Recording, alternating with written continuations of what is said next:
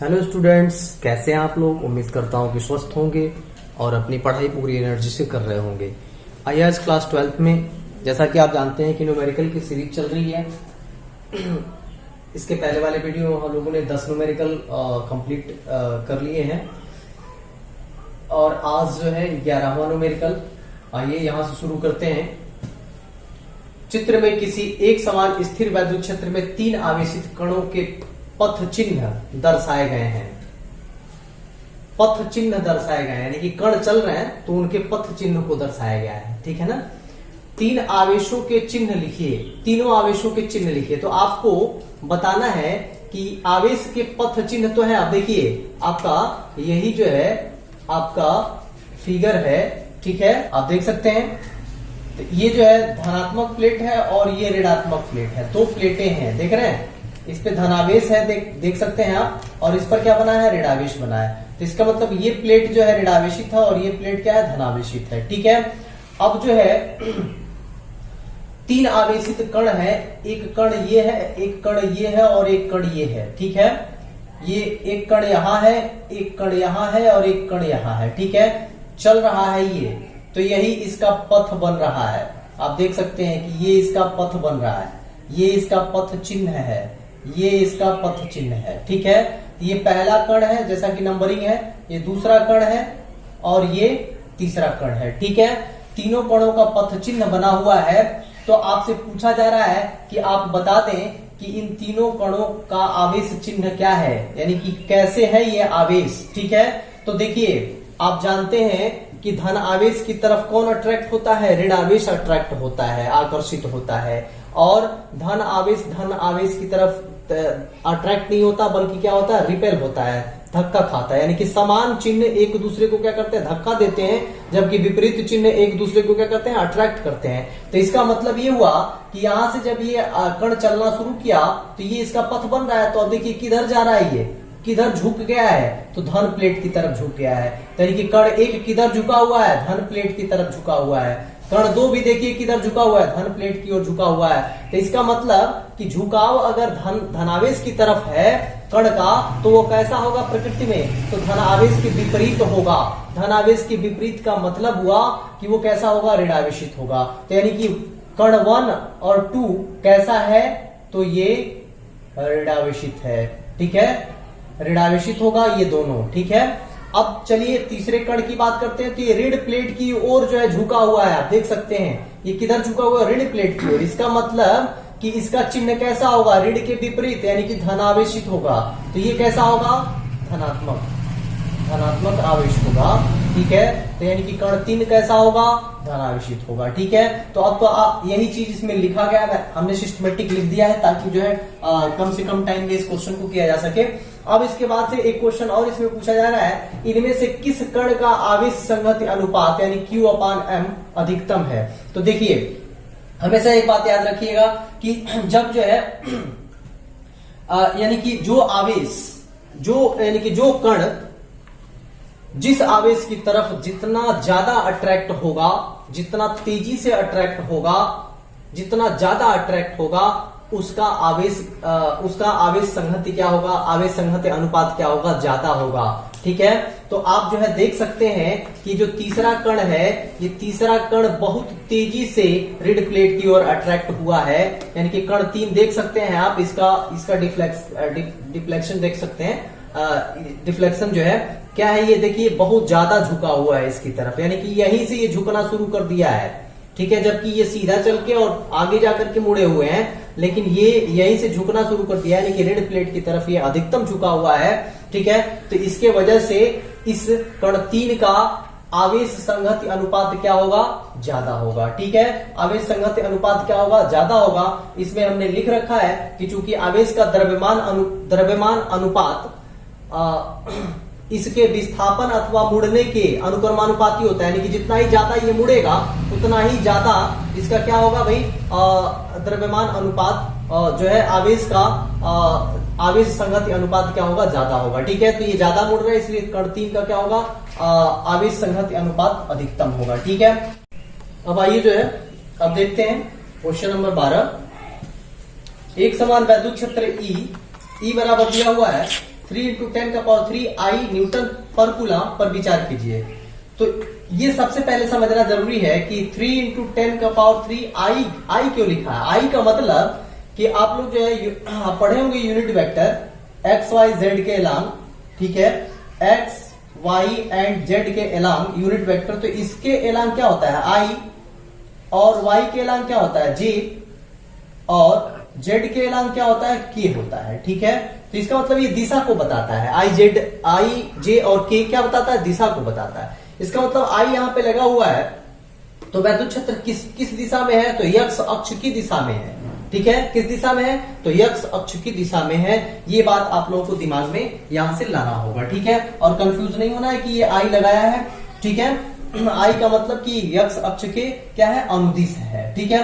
अब कह रहा है कि इस क्षेत्र का 10 सेमी भुजा के वर्ग के उस पार्श्व से जिसका तल YZ तल के समांतर से गुजरने वाला फ्लक्स क्या होगा। तो अब देखिए पार्श्व, भाई अब जो है एक वर्ग लीजिए और वर्ग जो है ऐसा हो कि वह जो है YZ तल के क्या हो, समांतर हो, ठीक है। अब देखिए जो है जैसे मान लीजिए कि ये आपका कोई वर्ग है, सपोज दैट, ठीक है। अब जो है देखिए, तो अब इसको रखते हैं एक्स वाई जेड प्लेन में। तो अब देखिए मेरी हाथों की तरफ ध्यान दीजिएगा, हाथ की तरफ जो है ये मान लीजिए कि इधर एक्स अक्ष है, ये वाई अक्ष है, और इधर क्या है, जेड अक्ष है। यानी कि एक्स अक्ष, वाई अक्ष और जेड अक्ष। जैसे आप अपने रूम के जो है एक कॉर्नर को ले लीजिए, ठीक है। रूम के एक कॉर्नर को, तो एक साइड को एक्स अक्ष, ऊपर वाले को वाई अक्ष, और एक साइड वाले को क्या मानिए, जेड अक्ष मानिए। ये दिमाग में कल्पना करिए। और फिर उसमें अब जो है इस एक तरह से मान लीजिए कि ये वर्ग है, इसको ले जाके रख दिया गया, ठीक है। तो अब जरा देखिए कि यक्ष अक्ष आपने किस दिशा में मान रखा है, इस दिशा में मान रखा है, ठीक है। तो अब जो है वैद्युत क्षेत्र की दिशा भी क्या है, इसी दिशा में है। इसी दिशा में वैद्युत क्षेत्र की दिशा भी है, क्योंकि ये आपका यही बताता है आई की वैद्युत क्षेत्र की दिशा क्या है, इसी दिशा में है। तो अब आप देखेंगे कि ये वाई एक्सिस मान रखा है और इधर क्या मान रखा है, जेड एक्सिस मान रखा है। तो अब वाई जेड प्लेन कौन सा बन रहा है, वाई और जेड। तो ये वाला प्लेन जो बनेगा, ये क्या बनेगा, वाई जेड प्लेन बनेगा, और ये वाई जेड के क्या है, समांतर रखा हुआ। अब देखिए एकदम जो है फिगर सही हो गया कि ये वाई एक्सिस और ये क्या, जेड एक्सिस। तो वाई और जेड प्लेन के ये क्या हो गया, समांतर हो गया कि नहीं हो गया। भाई ये वाई जेड प्लेन ये बन रहा है और इसके ये क्या है, समांतर हो गया, ठीक है। तो अब कह रहा है कि इससे गुजरने वाला आप फ्लक्स बता दीजिए।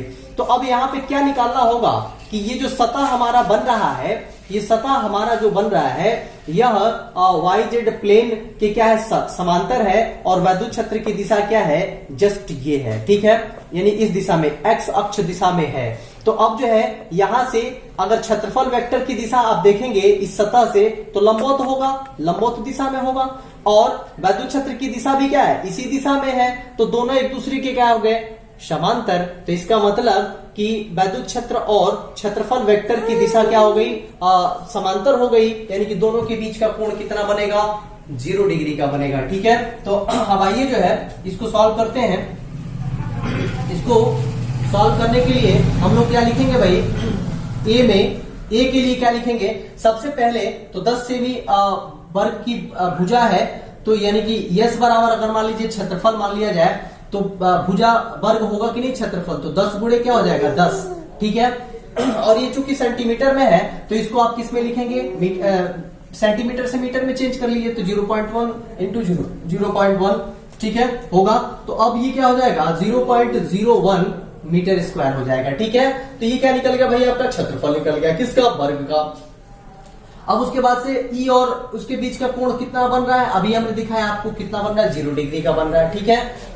तो क्या हो जाएगा भाई, तो वर्ग से गुजरने वाला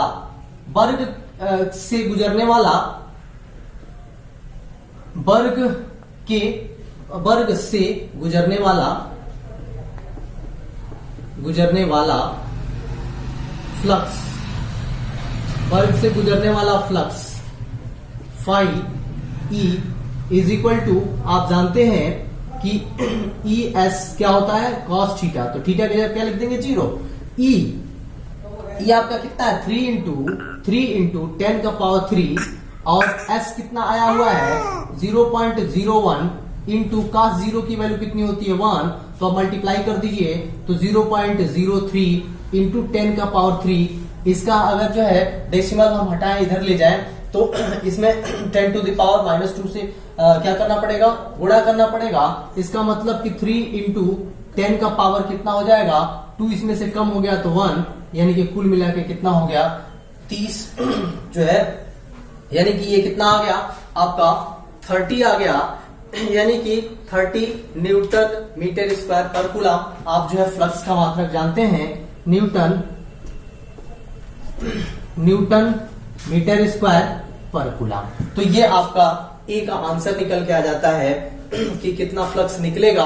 ठीक है, अब कह रहा है कि इसी चीज को अब देखिए दूसरे में कह रहा है कि इस वर्ग से गुजरने वाला फ्लक्स कितना होगा यदि इसके तल का अभिलंब x अक्ष के साथ जो है 60 अंश का कोण बनाए। तो अब ये सीधा था ना, अब ये सीधा था, अब इसको झुका दीजिए ऐसे, और x अक्ष और जो है इसके बीच, जैसे मान लीजिए कि अब झुक गया तो इसके ठीक परपेंडिकुलर होगा ना, इसके ठीक परपेंडिकुलर होगा ना इसका क्षेत्रफल वेक्टर, और वैद्युत क्षेत्र की दिशा तो सीधी होगी x अक्ष से, तो अब दोनों के बीच में कितने का कोण बन रहा है 60 का। ठीक है, तो अब जो है थीटा 0 नहीं है, बल्कि अब दूसरे केस में अगर हम लोग यहां डिस्कस करें, दूसरा केस यहां B, तो अब थीटा बराबर क्या हो गया 60।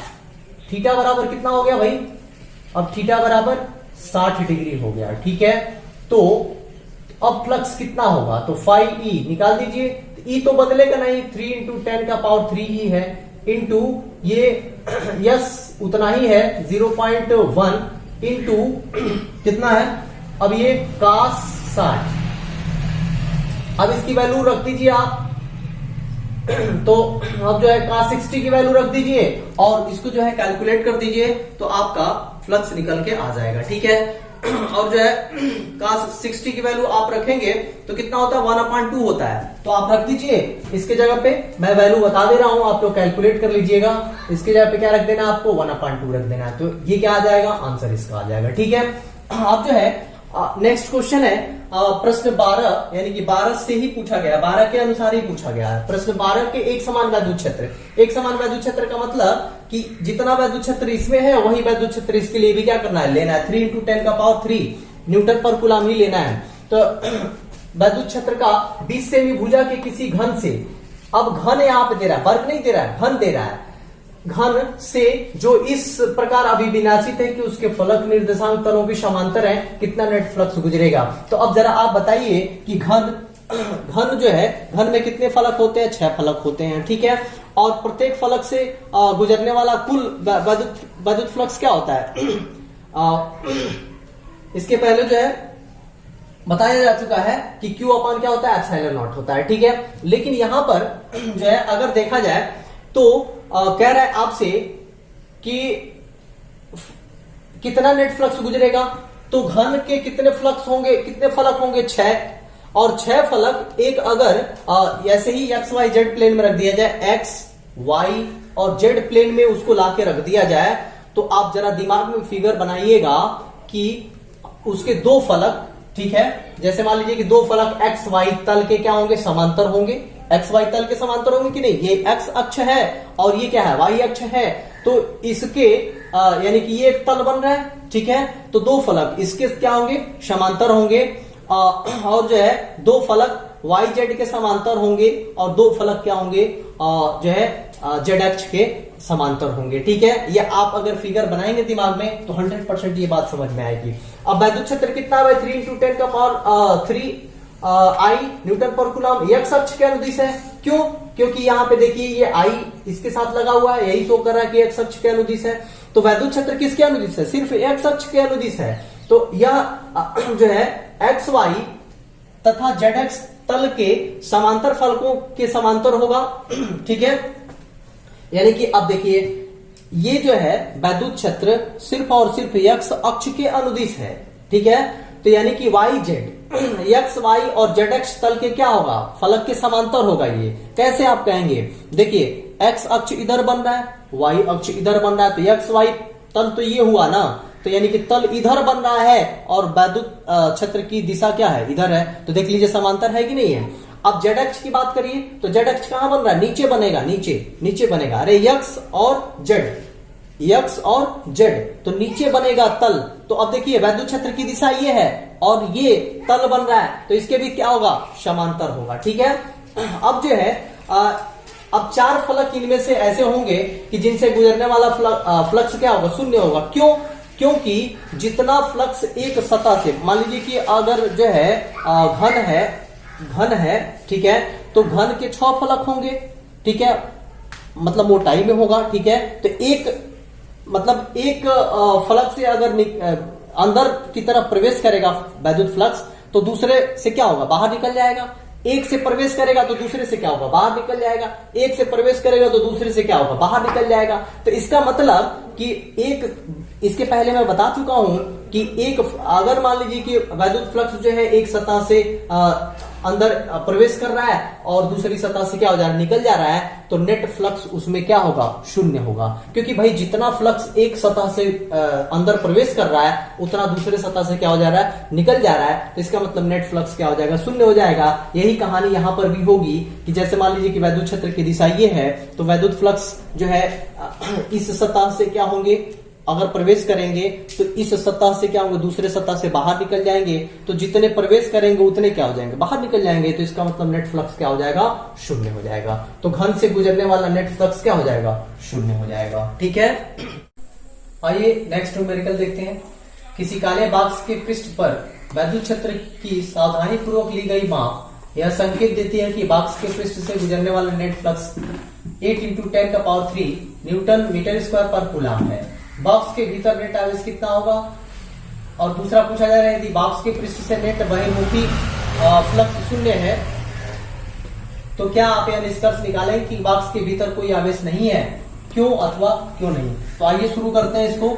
ये सबसे पहले नोट करिए कि क्या दिया हुआ है यहाँ पर, ठीक है। तो हमारे पास जो है क्वेश्चन में नेट फ्लक्स दिया हुआ है, तो नेट फ्लक्स को हम किसे डिनोट करते हैं, phi e से डिनोट करते हैं। तो 8 × 10⁻³ क्या है, 3 न्यूटन मीटर स्क्वायर पर कूलम ये दिया हुआ है। क्या पूछा जा रहा है, तो क्यू पूछा जा रहा है, ठीक है। यानी कि ए में क्या पूछा जा रहा है, क्यू पूछा जा रहा है। तो हम जानते हैं कि गॉस के नियमानुसार phi e = होता है Q/ε0। तो ε0 की वैल्यू क्या होती है भाई, आप लिख लीजिए ε0 की वैल्यू 8.85 × 10⁻⁻12 कूलम पर न्यूटन × मीटर स्क्वायर, ठीक है।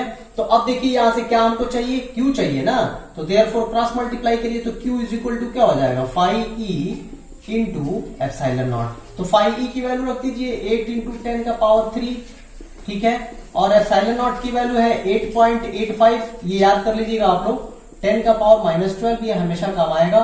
तो अब यहां से Q = ये मल्टीप्लाई कर दीजिए तो 8 5 जा 40, 0 8 8 जा 64 और 4 कितना हो जाएगा 68 का 8 6 और 8 8 जा 64 और 8 64 और 8 72 यानी कि 72.8 × 10 का पावर ये सब्ट्रैक्ट हो जाएगा तो माइनस क्या हो जाएगा 9, ठीक है। अब जो है इतना कूलम का ये क्या होगा, आवेश होगा, ठीक है। अब जो है इसके बाद सेकंड क्वेश्चन आपसे पूछा जा रहा है बी में बहुत ही आसान है। कह रहा है कि यदि बॉक्स के पृष्ठ से नेट बहिर्मुखी फ्लक्स मतलब बाहर की तरफ निकलने वाला फ्लक्स, ठीक है, बॉक्स के बाहर निकलने वाला फ्लक्स अगर शून्य है तो क्या आप यह निष्कर्ष निकालेंगे कि बॉक्स के भीतर कोई आवेश नहीं है, क्यों अथवा क्यों नहीं। तो जी नहीं, ऐसा हम निष्कर्ष नहीं निकाल सकते कि बॉक्स के अंदर कोई आवेश नहीं है। अगर किसी बॉक्स के अंदर अगर किसी बॉक्स से के बाहर जो है अगर फ्लक्स नहीं निकल रहा है तो इसका मतलब कहीं से ये नहीं होता कि उसके अंदर आवेश नहीं है, ठीक है। तो क्या अनुमान लगाएंगे आप, हो सकता है कि उस बॉक्स के अंदर जितना ऋणावेश हो उतना ही धनावेश हो। ठीक है, तो आवेश तो है, जितना धनावेश है उतना ही क्या है, ऋणावेश है। इसका मतलब कि वो दोनों मिलकर के क्या है, न्यूट्रल पोजीशन में है, इसलिए हमको बाहर फ्लक्स नहीं मिल रहा है। ठीक है, यानी कि उस बॉक्स के अंदर जितना ऋणावेश है उतना ही क्या है, धनावेश है। ऐसा हम निष्कर्ष निकाल सकते हैं। ऐसा नहीं कह सकते कि जो है अगर बहिर्मुखी फ्लक्स शून्य है तो उसके अंदर कोई आवेश नहीं है। तो ये आप लोग स्टेटमेंट में पूरा लिख लेंगे कि जो है यदि बहिर्मुखी फ्लक्स शून्य है तो ऐसा निष्कर्ष नहीं निकाल सकते कि उसके अंदर आवेश नहीं है, क्योंकि उसके अंदर आवेश हो सकता है कि जितना ऋण आवेश है उतना ही क्या है, धनावेश है, और दोनों बराबर होने की वजह से वो जो है क्या होंगे, न्यूट्रल होंगे। ठीक है, तो इस तरह से ये आप लोग यहाँ ये स्टेटमेंट लिख लेंगे। अब आइए नेक्स्ट में चलते हैं। चित्र में दर्शाया अनुसार 10 सेमी भुजा के किसी वर्ग के केंद्र के ठीक 5 सेंटीमीटर ऊंचाई पर कोई 10 माइक्रोकूलम आवेश रखा है। इस वर्ग से गुजरने वाला वैद्युत फ्लक्स का परिमाण क्या होगा। अब देखिए ये हमने जो ये फिगर बनाया है आपका, ये सिर्फ प्लेट बनाया है, नीचे वर्ग बनाया है। आपके क्वेश्चन में कंफ्यूज नहीं होना है। यहाँ पे लिखा है संकेत में वर्ग को 10 सेमी किनारे की किसी घन का एक फलक मानिए। तो हमने ये जो प्लेट लिया, ये प्लेट जो दिया हुआ है, ये जो वर्ग दिया हुआ है, इससे हमने क्या कर दिया है, घन का निर्माण कर दिया है। अब देखिए यहां से इसके यहां जो है इससे 5 सेंटीमीटर ऊंचाई पर एक आवेश Q है। तो अब देखिए ये आवेश Q अगर आप देखेंगे तो आप जो है देख सकते हैं कि ये जो है, जो हमारा ABCD जो वर्ग है उससे उसके तल से 5 सेंटीमीटर ऊंचाई पर ये आवेश क्या है, प्लस Q है। ठीक है, तो ये प्लस Q कितना दिया हुआ है, ये प्लस 10 माइक्रोकूलम दिया हुआ है, इसी की वैल्यू है प्लस 10 माइक्रोकूलम। ठीक है, तो इससे 5 सेंटीमीटर ऊंचाई पर रखा हुआ है। तो अब जरा आप फिगर में देख सकते हैं कि किसके अंदर है, तो अब एक जो है घन के अंदर है ये। ठीक है, और आप जानते हैं कि जो है गॉस का नियम क्या कहता है, गॉस का नियम कहता है कि घन के 6 फलक से गुजरने वाला कुल विद्युत फ्लक्स, यहां पे लिखेंगे गॉस के नियमानुसार, गॉस के नियमानुसार घन के 6 फलक से गुजरने वाला कुल फ्लक्स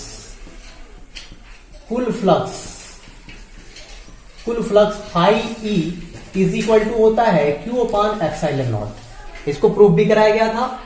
देयरफॉर सिर्फ एक फलक से आपसे पूछा जा रहा है, ABCD एक वर्ग है, यानी एक फलक से गुजरने वाला एक फलक, अर्थात यहां पे लिखेंगे अर्थात किससे पूछा जा रहा है भाई, जो है वर्ग, अर्थात वर्ग ABCD से गुजरने वाला फ्लक्स क्या होगा, गुजरने वाला फ्लक्स फाई ई अगर माने तो 1/6 Q/, क्या होगा, ε0। क्योंकि इसमें हम क्या करेंगे, 6 से भाग दे देंगे। देख लीजिए 6 से भाग दे दिए गया। अब जो है आपके पास अब वैल्यू है, आप पुट कर दीजिए 1/6 गुणा आवेश है आपके पास 10 माइक्रोकूलम।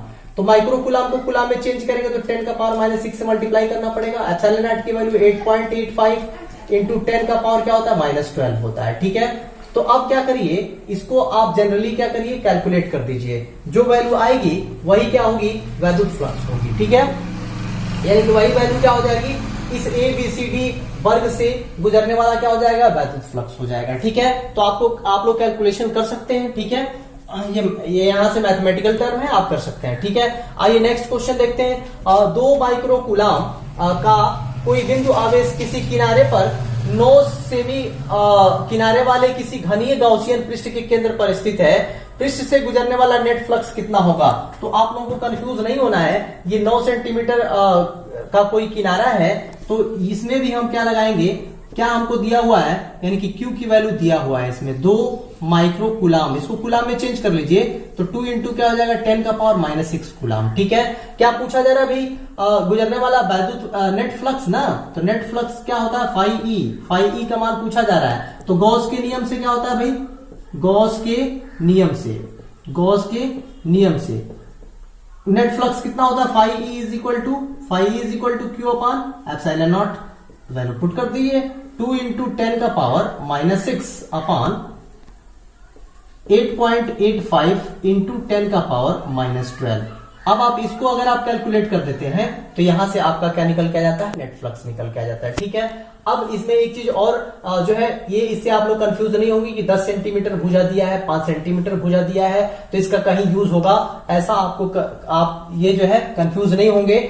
ये सिर्फ जो है वर्ग को आइडेंटिफाई करने के लिए, ये यानी कि ये वर्ग को आइडेंटिफाई करने के लिए जो है भुजा दिया हुआ है, इसका कहीं भी इसमें यूज नहीं होता। ठीक है, यानी कि इसके किनारे पर या भुजा पर डिपेंड ये वैद्युत फ्लक्स नहीं करता। ठीक है, तो अब जो है ये यहां से इसका कैलकुलेशन आप लोग कर लेंगे तो फ्लक्स निकल जाएगा कि कितना फ्लक्स होगा। ठीक है, जनरली आप कैसे करेंगे, इसको ऊपर ले जाएंगे और 2 में 8.85 से क्या करेंगे, डिवाइड करेंगे, तो डेसिमल हटाएंगे तो ये 100 से ऊपर नीचे गुणा करना पड़ेगा, 200 बटा 885 हो जाएगा, 200 में 885 से भाग दे देंगे, इसको ऊपर ले जाएंगे तो प्लस में हो जाएगा। ठीक है, आप टोटल कैलकुलेशन कर सकते हैं। ठीक है, जो है तो इस तरह से मुझे उम्मीद है कि यहां तक का वीडियो 100% आप लोगों को समझ में आया होगा। अगर कोई कंफ्यूजन होगा कहीं तो आप कमेंट बॉक्स में हमसे पूछ सकते हैं। इसी के साथ ही साथ ज्यादा से ज्यादा शेयर करें ताकि अन्य बच्चों को भी लाभ मिल सके और चैनल को सब्सक्राइब भी करें। ढेर सारी शुभकामनाओं के साथ आज का वीडियो यहीं समाप्त करते हैं। कुछ और न्यूमेरिकल इसमें बचे हुए हैं, अगले जो है वीडियो में मैं इसी सीरीज में लेके आऊंगा। तब तक के लिए आप स्वस्थ रहिए, पढ़ते रहिए। धन्यवाद।